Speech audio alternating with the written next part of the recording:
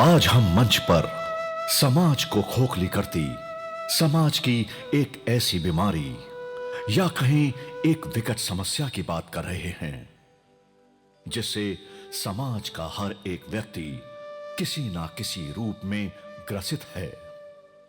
हम बात कर रहे हैं भ्रष्टाचार की। हम, आप और हर कोई, जी हां, हर कोई चाहता है कि समाज से भ्रष्टाचार खत्म हो। सरकार की भी विभिन्न योजनाएं समय समय पर पटल पर आईं इस समस्या के हल के लिए, लेकिन सभी प्रयासों से हम किसी निश्चित दिशा की तरफ नहीं पहुंच पाए। व्यक्ति के मन में भ्रष्टाचार को लेकर जो डर होता था वो आज खत्म सा दिखता है। हमें उस समय को फिर से याद करना होगा जब भ्रष्टाचार का दूर दूर तक कोई पंच नहीं था। उस समय एक घटना ने समाज को ऐसी दिशा दी जो दुनिया के लिए आज भी अनुपम उदाहरण है। घटना रही एक पटवारी की। आज भी पटवारी शब्द सुनते ही उस कार्यशैली का ध्यान सामने आ जाता है जहां रिश्वत या कहें घूस का भरपूर लेन देन होता हो। अंग्रेजों के समय से ही घूस का लेन देन देखने को मिलता है। वो पटवारी थे हरियाणा के सोनीपत जिले से। पानीपत में पटवारी की नौकरी थी। लोगों के काम बिना रिश्वत लिए नहीं करते थे और ना ही करवाते थे। उनके मित्र भी उन्हें रिश्वत ना लेने के लिए बहुत समझाते थे, लेकिन किसी की भी बात का उन पर कोई असर नहीं होता था। उनके मित्रों में एक मित्र आर्य समाजी थे।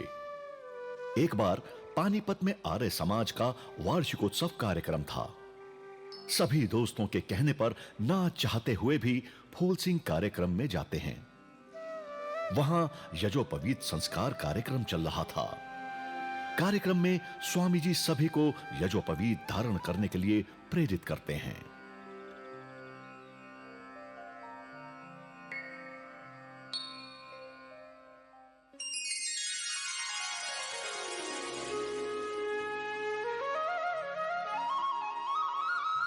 भाई फूल सिंह है।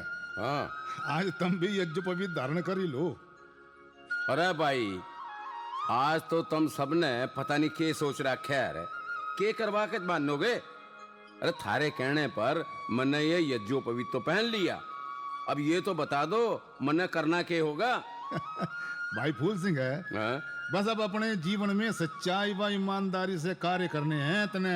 हाँ? सबके भले के बारे में सोचना है। अरे बात होली हो तो चलो, सारे के सारे हॉल में कार्यक्रम शुरू होने लग रहा है। चलो भाई चलो। हाँ भाई चल खड़ा हो ले रहा राम फूल, तू भी हो ले। चल चलो।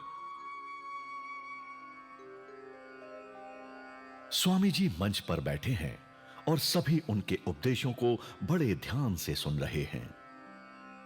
सज्जनों, कर्म फल का सिद्धांत बहुत ही स्पष्ट है। हम सभी को उसे समझना चाहिए। यह बिल्कुल सीधा और स्पष्ट है।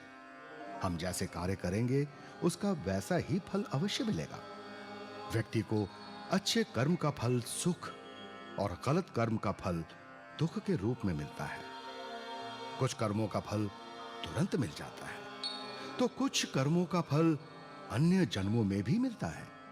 हमारे किसी भी कर्म का फल किसी विशेष पूजा पाठ से, न गंगा स्नान से, किसी गुरु आदि के सानिध्य में जाने से कभी भी प्रभावित नहीं होता।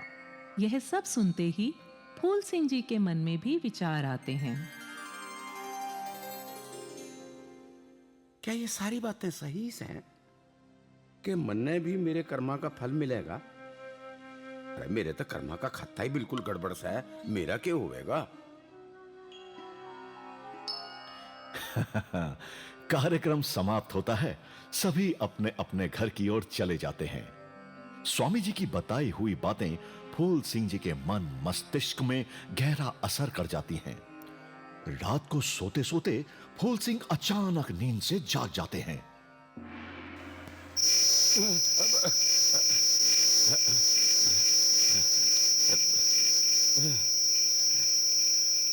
अरे इब के होएगा?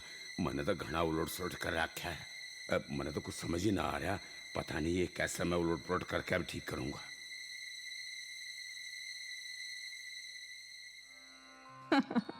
फूल सिंह पलंग पर बैठे हैं, कुछ हिसाब किताब लगाने लगते हैं और उठकर कुछ वही खाते निकालकर कुछ हिसाब सा करने लगते हैं। फिर कमरे में परेशान होकर टहलते टहलते विचार करते हैं कि कल सरपंच जी से बात करके पंचायत बुलाएंगे। क्या हुआ होगा अगले दिन? सुबह होती है। फूल सिंह जी के कंधे पर एक बैग है और वो गांव की गलियों में निकल पड़ते हैं। वहां कुछ लोग बैठे हैं। फूल सिंह उन लोगों से मिलते हैं।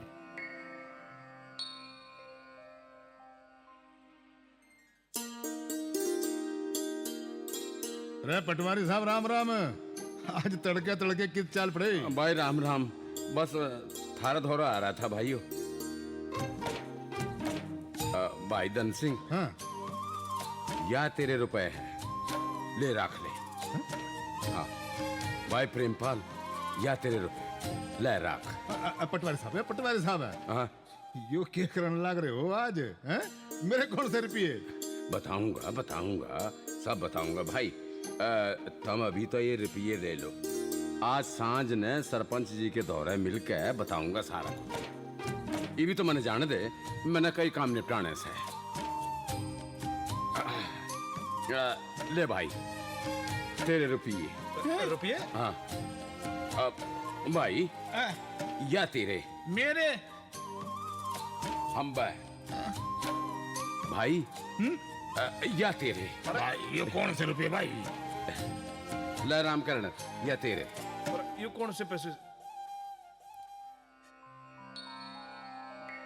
सभी लोग फूल सिंह के इस कार्य से हैरान हैं। सभी उत्सुकता पूर्वक शाम को सरपंच जी के पास पहुंचते हैं।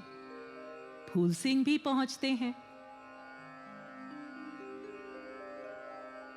रा पटवारी साहब, भैया आज गांव में ये के रोना सा माच रहा है?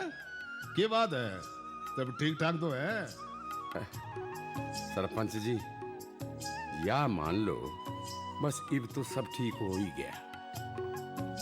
अब वो क्या था कि पटवारी का काम करवाने में मैं रिश्वत ले था। बिना रिश्वत लिए तो कोई काम करवाया ही ना था। मेरे व्यवहार तय या भाई बहुत दुखी हुए थे, पर मेरी तो आंखों पर लालच की पट्टी बंधी थी। इन भाइयों का दुख तकलीफ दिखाई ही ना देवे था। मारे घर परिवार वाले और मेरे साथी बतेरा समझावे थे कि रिश्वत लेनी छोड़ दो, पर मन्ना इनकी किसी की एक भी ना मानी। सरपंच जी, कल मैं आर्य समाज के जलसे में चला गया। वहां स्वामी जी ने जो बताया ना भाई, उसको सुनने के बाद मन अपने कर्मों का फल जरूर मिलेगा, यह बात समझ में आ गई और मन ने अपने कर्मों पर विचार करे। रिश्वत लेना काम तो गलती है, इसका फल भी गलती होवेगा। इस तय व्यक्ति का नैतिक पतन तो हुआ ही है, समाज में भ्रष्टाचार भी फैल रहा है। मन ने आज तक जो भी गलत काम करे, रिश्वत ली या जाने अनजाने में मेरी वजह तक किसी भी भाई ने तकलीफ हुई, उसके लिए मैं माफी मांगू छू। आज तक जिस भी भाई तय मैंने जो भी रिश्वत ली, वह राशि मैंने सभी तय लौटा दी या मैंने अपने कर्मों का प्रायश्चित किया से। इब मैं कदे भी किसी तय रिश्वत ना लूंगा और अपने जीवन पर्यंत परोपकार के कार्य करने का भी संकल्प लेऊं छू। भाई पटवारी साहब, भाई यो तो कमाल हो गया। हाँ? आर्य समाज में इस छोटी सी बात ने तेरे जैसे व्यक्ति में ऐसा बदलाव ला दिया। आर्य समाज अमर रहे, अमर रहे, अमर रहे। धन्य है स्वामी जी, जिनकी प्रेरणा से और आर्य समाज के सिद्धांतों से समाज को नई दिशा मिली। सरपंच जी, मन तो यूं लगे है कि पटवारी साहब इब भगत बन गए। इनका जो फैसला आने वाली पीढ़ियों के लिए भी मिसाल बनेगा। भाई बिल्कुल सही कह रहे हो। भगत ही बन गया ये पटवारी।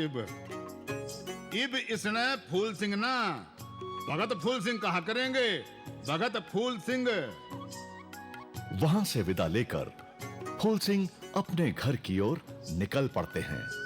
रास्ते में चलते चलते अचानक वो एक जगह रुकते हैं और एक घर का दरवाजा खटखटाते हैं। अरे राम राम राम राम पटवारी साहब, अरे आ जाओ जी, आ जाओ, आ जाओ, भीतर आ जाओ।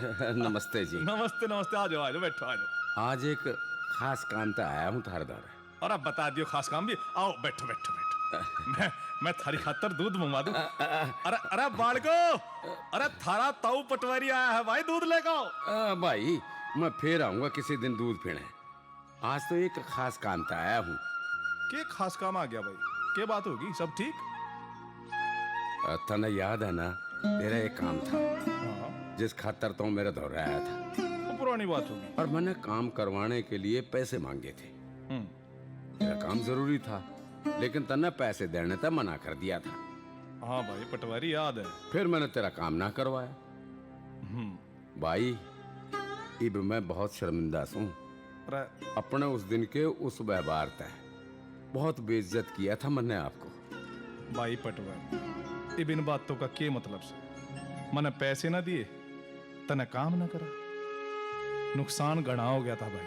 पर कोई नहीं, ठीक। भाई वाह मेरी गलती थी और मैं अपनी गलती मानू से आज मैं अपनी गलतियों का प्रायश्चित करना चाहता हूँ। ये ले जूती और मेरे सिर पर धमाधम मार दे। अरे अरे पटवारी, क्या करने लग रहा है? क्या करने अपनी उस बेइज्जती का, उस अपमान का बदला ले ले ले ले ले ले। अरे ना ना ना, अरे ना पटवारी, अरे पटवारी साहब, यू क्या करने लग रहा है यार? अब छोड़ दे, छोड़ दे ना, छोड़ दे यार उन बात ने। ला बैठ, बैठ जा, दूध दे रे बालको। ओ बालको, दूध दो। अब भाई मन्ना रिश्वत लेना छोड़ दिया सा, और इब तक जिस जिस तय भी मैंने रिश्वत ली थी सब तक लौटाकर माफी मांग रहा हूँ। या भी तेरा कर्ज है मेरे पे भाई, मैं माफी मांगू हूँ उस दिन के बर्ताव के खातिर। अरे कोई बात ना पटवारी साहब, वो दिखे न्यू क्या कर रहे हैं, जब जागो तभी सवेरा। भाई मेरा काम तो हुआ नहीं, मैं दुखी था, पर आज मैं तेरे इस फैसले से बहुत खुश हूं, बहुत खुश हूं। ले बैठ जा। अरे अरे पटवारी ले, अब तो दूध पी ले भाई। ले। अच्छा मैंने पहले यू बता, तना मैंने माफ कर दिया ना? अरे पटवारी साहब कैसी बात कर रहा है, कर दिया, ला दूध पी। लिया लिया।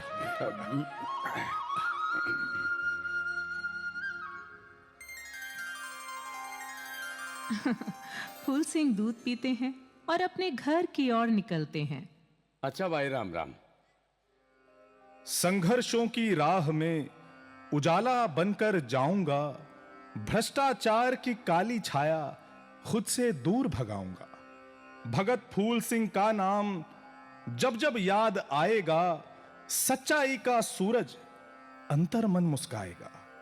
लालच की दीवारें गिराने आज प्रण में करता हूं, ईमान के दीप जलाने एक एक कदम धरता हूं। हर रिश्वत हर बेईमानी मुझसे अब ना होगी, हर बच्चे की निगाहों में उम्मीद चमकाऊंगा। भ्रष्ट व्यवस्था से लड़कर खुद को भी आजमाऊंगा। जब भी गलियों में सच्चाई की कसम गूंजेगी, पहचान मेरे कर्मों से मेरी हर सुबह शुरू होगी। भ्रष्टाचार से लड़ना ही मेरा असली धर्म है, सदकर्मों के पद चिन्हों पर चलना मेरा मर्म है। सदकर्मों के पद चिन्हों पर चलना मेरा मर्म है, चलना मेरा मर्म है। आज जब ईमानदारी की बातें सिर्फ किताबों तक रह गई हैं, तब हम याद करते हैं भ्रष्टाचार को खत्म करने की पहल करने वाले महर्षि दयानंद सरस्वती जी के सच्चे अनुयायी भगत फूल सिंह जी को। जी हाँ, स्वामी श्रद्धानंद जी की प्रेरणा से न सिर्फ उनका जीवन बदला, बल्कि उन्हीं के पद चिन्हों का अनुसरण करते हुए उन्होंने आर्य समाज के प्रचार प्रसार में अपने आप को आहूत कर दिया। उन्होंने नारी शिक्षा के लिए अपने गांव में बेटियों की शिक्षा के लिए गुरुकुल की स्थापना की। आज हरियाणा में पहला महिला विश्वविद्यालय उन्हीं भगत फूल सिंह जी के नाम पर है, जिसकी स्थापना उन्हीं के संस्कारों से पोषित उनकी बेटी सुभाषिनी ने की।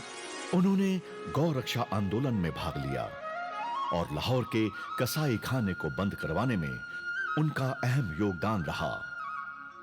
फूल सिंह जी ने हैदराबाद सत्याग्रह आंदोलन में भाग लेकर देशभक्ति दिखाई।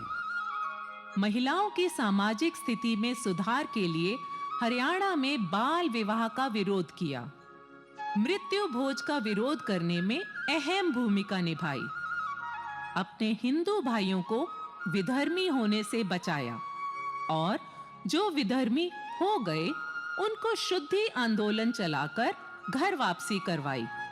समाज में परोपकार के कार्यों को निरंतर गति मिल रही थी। 14 अगस्त सन 1945 को रात को वो कन्या गुरुकुल में ही विश्राम कर रहे थे। कुछ विधर्मियों ने अंधेरे में उन पर गोलियों से हमला किया और आर्य समाज का ये सच्चा सिपाही संसार छोड़कर चला गया। हत्या तो बस शरीर की हुई थी, लेकिन विचार आज भी जिंदा हैं। बेशक मार दिया कुछ अंधों ने डरकर उनकी रोशनी से। जी हां, भगत फूल सिंह नाम नहीं था, बस एक विचार था, आवाज था, आग था। नतमस्तक है उनकी शहादत को। जो लकीर खींच गए वह, आओ उसका अनुसरण करें और समाज को एक नई दिशा दें।